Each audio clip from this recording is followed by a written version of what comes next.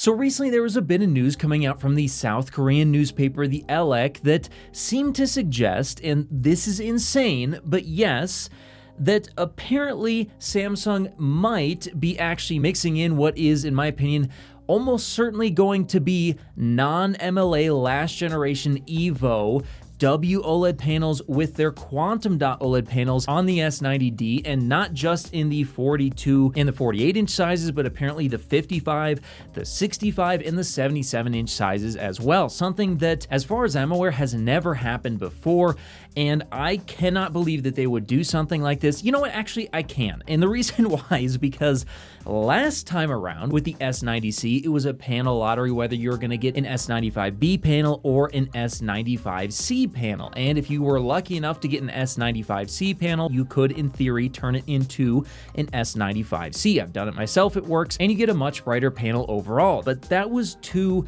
quantum dot OLED panels. Sure, one was brighter than the other and potentially could be less prone to burn-in, but they were technically based on the same sort of technology. But this would be a completely different situation. And in my opinion, this is totally unacceptable. I mean, Samsung, you know what? You want to play stupid games, you're going to win stupid fucking prizes. You think that I'm going to recommend somebody goes out there and effectively gambles with their money on what type of TV they're going to get? And you know what? If they performed similarly, that would be a different story. And maybe they will, because they'll lock down the S90D so hard that it'll somehow perform similar to a WOLED panel. But I don't see why they would do it. Like, they would have to lock down the S90D a very substantial amount, to the point where it might even be worse than the S90C for that to be the case. That's the only way I could see that happening.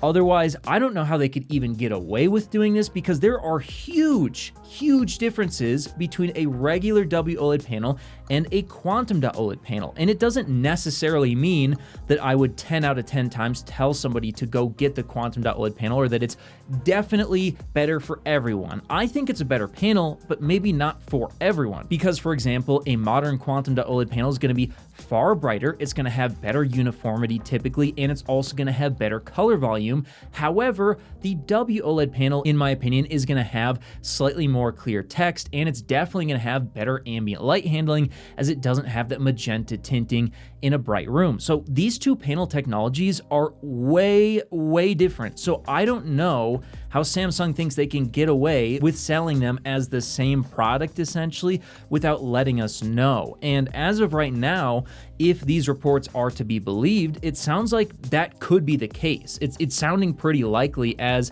you know, not only was it reported originally by the LEK, but we got an update on this, guys, as it looks like TechRadar actually asked Samsung for confirmation on these reports, and here was Samsung's response. Quote, "We're continually evolving our TV portfolio to provide our customers with new and exciting innovations and experiences.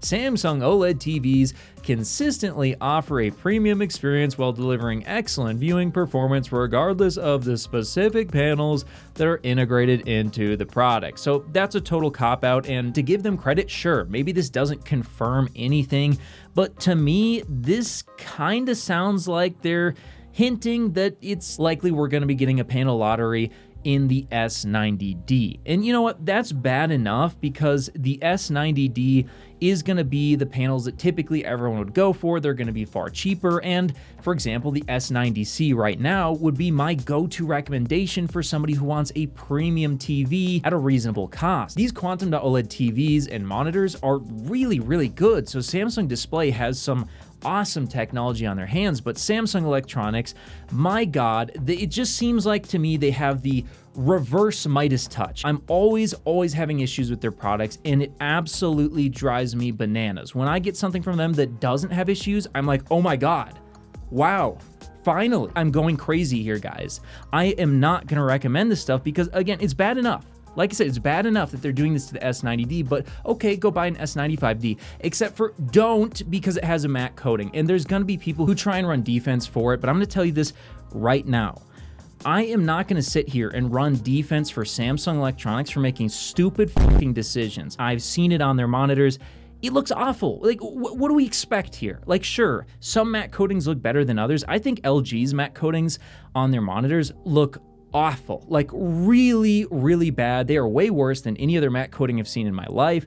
They're definitely going to be worse than the one that Samsung has on their monitors and probably TVs as well. But looking at the footage of their TVs as well as seeing their monitors in person, it's a matte coating. What do you want? Like, if you put a grainy, shitty filter over the top of a display, you think it's gonna look good? No, it's not. Like, I have no idea what they're doing. So they're locking their best panels behind the S95D and then ruining it with a matte coating and then going, well, if you want a glossy coating, go buy the S90D, which, by the way, is probably going to be less bright. Oh, and also, by the way, who knows what you're going to get? Hopefully, the entire TV community comes together and pushes against this. And you know what? The best situation would be Samsung comes out and says, you know what? No, the S90D will be quantum dot OLED only, and then the S91D and 2 and 3 and 4 have different panels.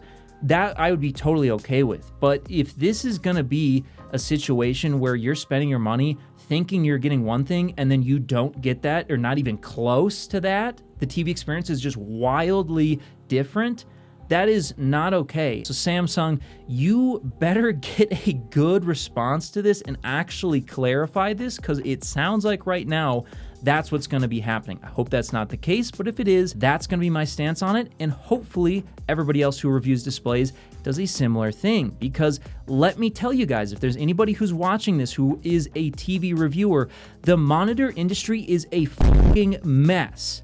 We have had the worst schlock available for us to purchase for ungodly expensive prices for a really long time. And believe me, you do not want your TV industry to turn into the absolute disaster that the LCD matte screen absolute nightmare of an industry that we've had on the monitor side, which is just now starting to correct itself and get better. But there's so many things in the monitor industry that still need to improve. Believe me, push back against this, because if you don't, welcome to my world.